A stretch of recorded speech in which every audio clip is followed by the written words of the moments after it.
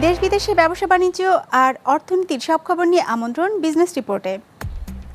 করোনার ক্ষতি ঠেকাতে ব্যাংক নির্ভর প্রণোদনায় সামনের দিনে ঝুঁকি তৈরির সতর্কতা বিশ্লেষকদের, টিকার অনিশ্চয়তা ভোগাবে অর্থনীতিকে।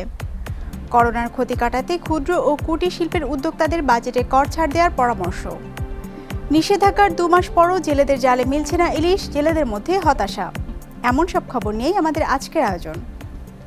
প্রণোদনা ঋণ বিতরণে ব্যাংকিং খাত নির্ভরতায় সামনের দিনে ব্যাংকগুলো নতুন করে ঝুঁকির মুখে পড়বে বলে সতর্ক করে দিয়েছেন অর্থনীতিবিদ ডক্টর ওয়াহিদুদ্দিন মাহমুদ। করোনা ঠেকাতে টিকার প্রাপ্তির অনিশ্চয়তাও অর্থনীতিকে সামনের দিনে ভোগাবে বলে মনে করছেন বিশ্লেষকরা। Bangladesh institute of developing studies BIDS আয়োজিত এক ভার্চুয়াল সেমিনারে এসব বিষয় উঠে আসে। কোভিড-19-এর দ্বিতীয় ঢেউ চলছে দেশে। এখন পর্যন্ত আক্রান্ত রোগী শনাক্ত হয়েছে 7,88,000-এর বেশি, যাদের মধ্যে প্রাণ হারিয়েছে প্রায় 12,500 মানুষ। সংক্রমণ ঠেকাতে 1 মাসের বেশি সময় ধরে চলছে লকডাউন। তবে এর মাঝেই অনেকটা স্বাভাবিক জনজীবন, স্বাস্থ্যবিধি মানতে উদাসীন মানুষ।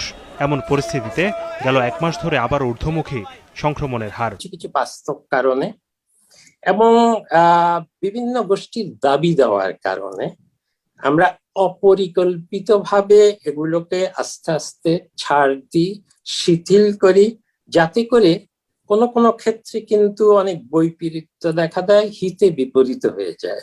এটা অপরিকল্পিতভাবে ছাড় দিই বলে, কিন্তু সেটার একটা সুস্পষ্ট গাইডলাইন যদি থাকে কি করা যাবে কি করা যাবে না, এবং সেটা যদি এমন উপযুক্ত সময়ে পরিকল্পিতভাবে, যাতে কোনো অসামঞ্জস্যতা না থাকে, যেটা বাস্তবায়ন করা যায়, সেটা কার্যকর করা, হয়তো সেটার জন্য চেষ্টা করা যাবে।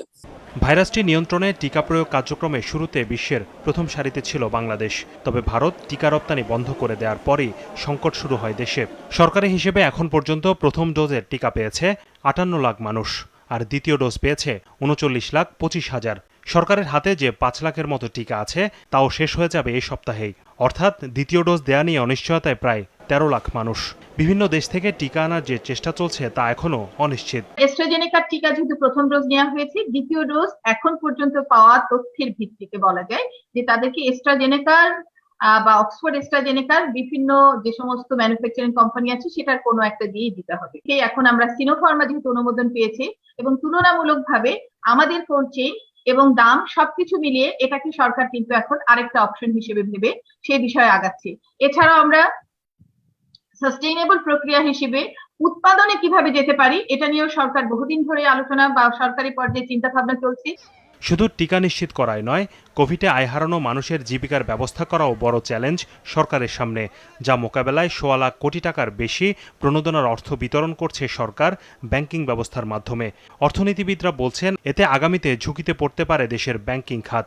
যেভাবে ঋণ শ্রেণীকরণ এখন বন্ধ করা হচ্ছে এবং অনেক ঋণ পরিশোধের সুবিধা দেওয়া হচ্ছে, এখন ব্যাংকগুলোতে তারল্য আছে, কিন্তু বেশ কিছুদিন পরে এই ব্যাংকগুলোর অবস্থা মূলধনের দিক থেকে কি দাঁড়াবে এবং সেখানে খেলাপি ঋণের পরিমাণ কি রকম হবে, সেই বোঝা কে নেবে, এটা এখন স্বাস্থ্য যারা ব্যাংকিং খাত এবং অর্থ মন্ত্রণালয়ে কাজ করেন তাদের এখন থেকেই সে সম্বন্ধে সাবধান হওয়া দরকার বলে আমি মনে করি।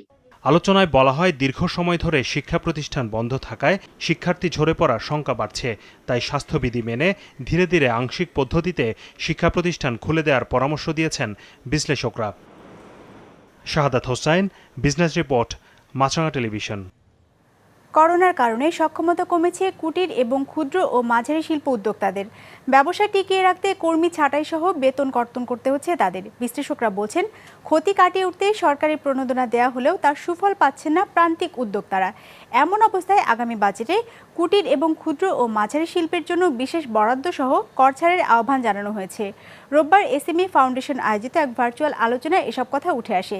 ইমতিয়াজ হাসানের রিপোর্ট। কুটির সহ ক্ষুদ্র ও মাঝারি শিল্প দেশে এমন উদ্যোগ রয়েছে 6 লাখের মতো। জিডিপিতে যাদের অবদান প্রায় 25%। করোনার কারণে হুমকিতে পড়েছে এ খাতের উদ্যোক্তারা, যা অনিশ্চয়তা তৈরি করেছে কর্মসংস্থানেও। গবেষণা সংস্থা CPDর এক জরিপ বলছে, করোনার কারণে ক্ষুদ্র ও মাঝারি শিল্পের 37% নারী উদ্যোক্তা কর্মী ছাঁটাই করেছে, কর্তন করেছে বেতনও। ছাঁটাইয়ের ক্ষেত্রে কিংবা মজুরি কমানোর ক্ষেত্রে, সেখানে আমরা জিজ্ঞেস করেছিলাম যে তারা কি তাদের কর্মী ছাঁটাই করেছেন কিনা। 37% বলেছেন তারা করেছেন সমস্যার কারণে। এবং তারা কি বেতন কমিয়েছেন কিনা 22% উত্তরদাতা বলেছেন যে তারা 25%-এর মধ্যে কমিয়েছেন। ব্যবসা টিকিয়ে রাখার সক্ষমতাও হারিয়েছেন অনেক উদ্যোক্তা। সিপিডির জরিপ বলছে, করোনার প্রভাবে 41% নারী উদ্যোক্তা ব্যবসা বন্ধ করে দিতে বাধ্য হয়েছেন। প্রায় 10% উদ্যোক্তা ব্যবসার পরিসর ও খরচ কমিয়ে কোনো রকমে টিকে আছে। এমন অবস্থায় আগামী বাজেটে এসএমই খাতকে বিশেষ গুরুত্ব দেওয়ার আহ্বান জানিয়েছেন বিশ্লেষকরা।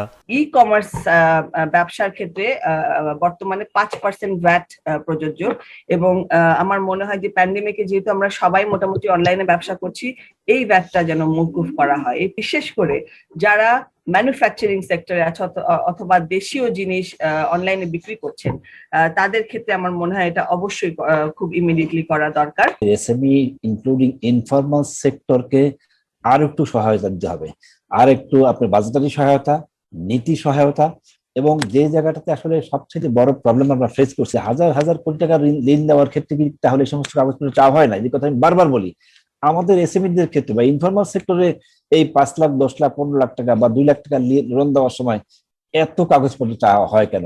I think after what COVID has done, yes, we still need the growth, but what is more important is to save lives and make sure that the 80% of people who are in the informal sector, their jobs are maintained. So let's not have a growth-oriented budget only. Let's have a livelihoods and employment-oriented budget. প্রাক budget আলোচনায় উঠে আসা প্রস্তাবগুলো অর্থ মন্ত্রণালয়ে উপস্থাপনের আশ্বাস দিয়েছেন পরিকল্পনা মন্ত্রী। একটি সংস্থা মনে করি আমি এই ক্ষেত্রে বিশেষ করে। ইমতিয়াজ হাসান, বিজনেস রিপোর্ট, মাছরাঙা টেলিভিশন। 2 মাস নিষেধাজ্ঞা শেষে ভোলার মেঘনা ও তেঁতুলিয়া নদীতে মাছ ধরতে নামলেও ইলিশের দেখা পাচ্ছেন না জেলেরা। ইলিশের আশায় নৌকা নিয়ে নদীতে নামলেও ফিরছেন খালি হাতে। এতে হতাশ হয়ে পড়েছেন ভোলার জেলেরা। ভোলা প্রতিনিধি হামিদুর রহমান হাসিবের পাঠানো তথ্য ছবি নিয়ে ডেস্ক রিপোর্ট। ভোলার 2 লাখেরও বেশি জেলে নিষেধাজ্ঞার কারণে বসেছিলেন 2 মাস। নিষেধাজ্ঞা শেষে অনেক আশা নিয়ে মেঘনা ও তেঁতুলিয়া নদীতে জাল ফেলছেন তারা। আশা ইলিশ ধরে শোধ করবেন ঋণের টাকা, কিন্তু জেলেরা নদী থেকে ফিরছেন হতাশ হয়ে। দেখা মিলছে না প্রত্যাশিত ইলিশের। দিনরাত জাল ফেলে যে পরিমাণ মাছ পাচ্ছেন তা দিয়ে খরচের টাকাও উঠছে না। চরম দুশ্চিন্তায় জেলেরা। 4000 টাকার মাছ পাই 1500, 1600, 2000, 1800।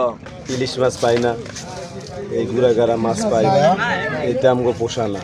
মাঝিদের অবস্থা খুব খারাপ চলতেছে, মাঝিরা ঋণগ্রস্ত হয়ে গেছে। ভোলার মেঘনাপাড়ের ইলিশা, তেঁতুলিয়া, নাছির মাঝি ও ভোলা খাল সহ অর্ধশতাধিক ছোট বড় ঘাটে নেই কর্মচাঞ্চল্য। আড়তদাররা পার করছেন অলস সময়। জেলেদের পাশাপাশি বিপাকে পড়েছেন আড়তদাররাও। আর্দানা করে আমরা জেলে করে নদীতে পাঠাইছি। এখন যে মাছ ইলিশ, যে ইলিশের জন্য 2 মাস অভিযান দিল সরকার, 2 মাস অভিযান ছিল, কিন্তু টোটাল এখন ইলিশ নাই নদীতে। যে মাছ হয়েছে এই মাছ কোনো এই ঘাটের মানুষের খাবার মাছ হয় না। জেলা মৎস্য কর্মকর্তা জানান, নদীতে পানি ও বৃষ্টিপাত কম হওয়ায় ইলিশের দেখা মিলছে না। মে এবং জুন মাস এই সময়টি আসলে ইলিশের এক ডাল সিজন। অধিক বৃষ্টিপাত এবং পানির পরিমাণ বৃদ্ধি পেলেই নদীতে আমরা আশা করি যে মাছের প্রাচুর্যতা দেখা দেবে। সরকারি হিসেবে ভোলা জেলায় নিবন্ধিত জেলে রয়েছে 1,38,000। এর বাইরে আছে আরও অন্তত 1 লাখ জেলে। ইলিশের আশায় নদী তীরে প্রহর গুনছেন তারা। বিজনেস রিপোর্ট, মাছরাঙা টেলিভিশন। গেল কয়েক বছরে শ্রমিকের স্বার্থ সুরক্ষা আর কর্মক্ষেত্রে নিরাপত্তার বিষয়টিতে বাংলাদেশের অগ্রগতি উল্লেখযোগ্য হলেও এ বিষয়ে আরও কাজ করতে হবে বলে মন্তব্য করেছেন মার্কিন রাষ্ট্রদূত Robert Miller. American chamber of commerce in Bangladesh AmCham আয়োজিত এক সেমিনারে তিনি এসব কথা বলেন। বাংলাদেশকে বিনিয়োগের জন্য আকর্ষণীয় উল্লেখ করে বিনিয়োগ পরিবেশ উন্নয়নের পরামর্শ দিয়েছেন মার্কিন রাষ্ট্রদূত। তাগিদ দিয়েছেন সরকারি বেসরকারি পর্যায়ে দুর্নীতি আর অনিয়ম দূর করার। একক দেশ হিসেবে বাংলাদেশি পণ্যের সবচেয়ে বড় বাজার যুক্তরাষ্ট্র। তারপরও দুদেশের বাণিজ্য ব্যবধান অনেক। সেই ব্যবধান দূর করে বাণিজ্য সম্পর্ক এগিয়ে নিতে একসাথে কাজ করার কথা জানিয়েছেন রবার্ট মিলার। করোনা সংক্রমণ রোধে বাংলাদেশকে প্রয়োজনীয় সহায়তারও আশ্বাস দিয়েছেন মার্কিন রাষ্ট্রদূত। Bangladesh can be seen from many potential investors as a challenging place to do business. U.S. investors and the U.S. government, for that matter, share international concerns over issues around labor rights and workplace safety and corruption and a lack of transparency in some government transactions. But as we discussed over the last 3 years, I find the government of Bangladesh increasingly open to discussing in a very candid way those concerns. But we need to continue to see improvement to create this welcoming and sustainable and fair business environment with a level playing field for all investors. And the American Chamber of Commerce can be a powerful voice in that regard.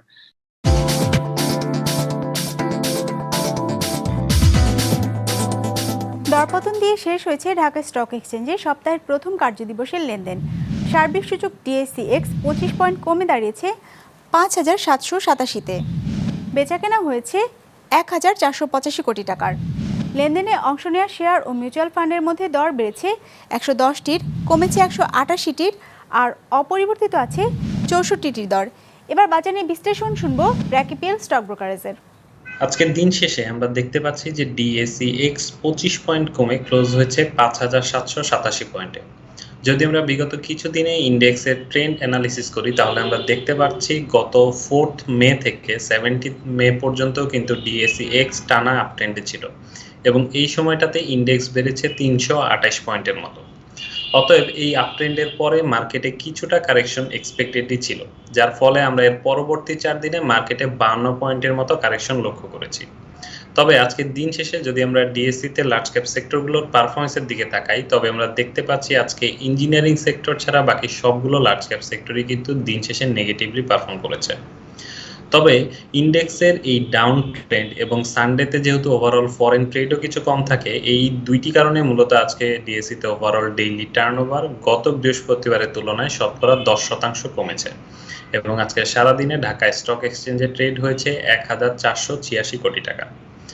তবে যদি আমরা সেক্টরিয়াল turnover কন্ট্রিবিউশনের দিকে তাকাই তবে আমরা দেখতে পাচ্ছি আজকে সবচেয়ে বেশি টার্নওভার কন্ট্রিবিউট করেছে জেনারেল ইন্স্যুরেন্স সেক্টর এবং ইন্ডিভিজুয়াল কোম্পানিগুলোর মধ্যে 147 কোটি টাকার টার্নওভার জেনারেট করে মোস্ট ট্রেডেড শেয়ারগুলোর তালিকায় সবার শীর্ষে অবস্থান করছে Bangladesh export import company limited. Corona vaccine বিক্রি করে নতুন বিলিয়নিয়ার ক্লাবে প্রবেশ করেছেন 9 জন, যাদের মধ্যে সবচেয়ে বেশি অর্থ আয় করেছেন মডার্না এবং বায়োএনটেকের প্রধান নির্বাহীরা। আর এই 9 জনের মোট সম্পদ দাঁড়িয়েছে $19 বিলিয়ন বেশি। অন্যদিকে দরিদ্র দেশগুলোকে পর্যাপ্ত টিকা না দেয় নির্মাতা প্রতিষ্ঠানগুলোর সমালোচনা করেছে বিশ্ব স্বাস্থ্য সংস্থা। বিস্তারিত ডেস্ক রিপোর্টে। বিশ্বজুড়ে করোনা সংক্রমণের পর নিরাপদ এবং কার্যকর ভ্যাকসিনের চাহিদা দেখা দেয়, আর তাই কোভিডের ভ্যাকসিন তৈরি এবং তা অনুমোদনের জন্য উঠে পড়ে লাগে বিশ্বের 200টির বেশি ফার্মাসিউটিক্যালস কোম্পানি, যার মধ্যে বিশ্ব স্বাস্থ্য সংস্থার অনুমোদন পায় ফাইজার, মডার্না সহ মোট 4টি প্রতিষ্ঠানের টিকা। অনুমোদন পাওয়ার পরপরই প্রতিষ্ঠানগুলোর টিকা পেতে অগ্রিম অর্ডার দিতে শুরু করে অনেক দেশ। টিকার এমন চাহিদায় ফুলে ফেঁপে ওঠে ভ্যাকসিন নির্মাতা প্রতিষ্ঠানগুলোর আয়। ব্যাপক হারে বাড়তে থাকে প্রতিষ্ঠানগুলোর শেয়ারের দাম। গেল বছরের ফেব্রুয়ারির পর মডার্নার শেয়ারের দাম বেড়েছে 700 ভাগের বেশি, বায়োনটেকের বেড়েছে 600 ভাগ, আর একই সময়ে চীনের ক্যানসিনো বায়োলজিক্সের শেয়ারের দাম বেড়েছে 440 ভাগের মতো। শুধু টিকা নির্মাতা প্রতিষ্ঠানই নয়, এই খাতে জড়িত ব্যক্তিদের আয়ও বেড়েছে ব্যাপক হারে, যাদের মধ্যে বিলিয়নিয়ার বনে গেছেন নতুন 9 জন। ভ্যাকসিন বিলিয়নিয়ারদের মধ্যে যৌথভাবে সবার শীর্ষে আছে মডার্নার প্রধান নির্বাহী স্টেফেন বাঞ্চল এবং বায়োনটেকের প্রধান নির্বাহী উগুর শাহিন, বর্তমানে যাদের প্রত্যেকের সম্পদ $4 বিলিয়ন মতো। একই সাথে 9 জনের এই তালিকায় আছেন চীনা ভ্যাকসিন নির্মাতা প্রতিষ্ঠান ক্যানসিনো বায়োলজিক্সের 3 জন সিনিয়র কর্মকর্তা এবং বাকিরা মডার্নার প্রথম দিককার বিনিয়োগকারী। সব মিলিয়ে এই 9 জন 90 বিলিয়নিয়ারের সম্পদের পরিমাণ দাঁড়িয়েছে $19.3 বিলিয়ন। তবে টিকা নির্মাতারা মুনাফা করলেও বিশ্বের দরিদ্র দেশগুলোর টিকা না পাওয়ায় ভ্যাকসিন নির্মাতাদের সমালোচনা করেছে বিশ্ব স্বাস্থ্য সংস্থা।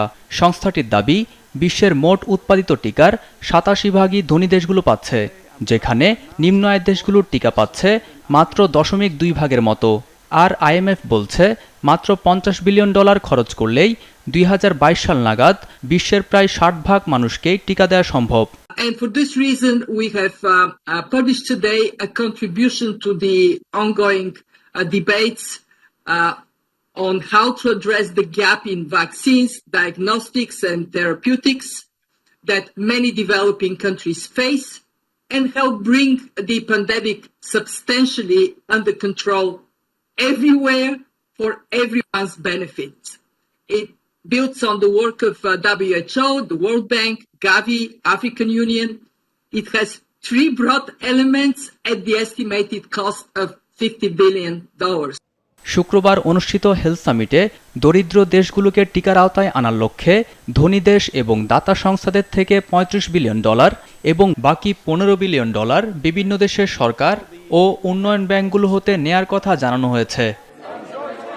মুস্তফা তাহান, বিজনেস রিপোর্ট, মাছরাঙ্গা টেলিভিশন। দর্শক, আমাদের যে কোনো পর্ব নিজেদের সুবিধাজনক সময়ে দেখতে সাবস্ক্রাইব করুন বিজনেস রিপোর্টের অফিসিয়াল ইউটিউব চ্যানেল। ফেসবুক পেজে লাইক দিয়ে আপডেট থাকুন ব্যবসা বাণিজ্যের আলোচিত সব ঘটনা সম্পর্কে। আর আপনাদের মতামত জানান ইনবক্সে। আজ এটুকুই, বিদায় নিচ্ছি, ভালো থাকবেন।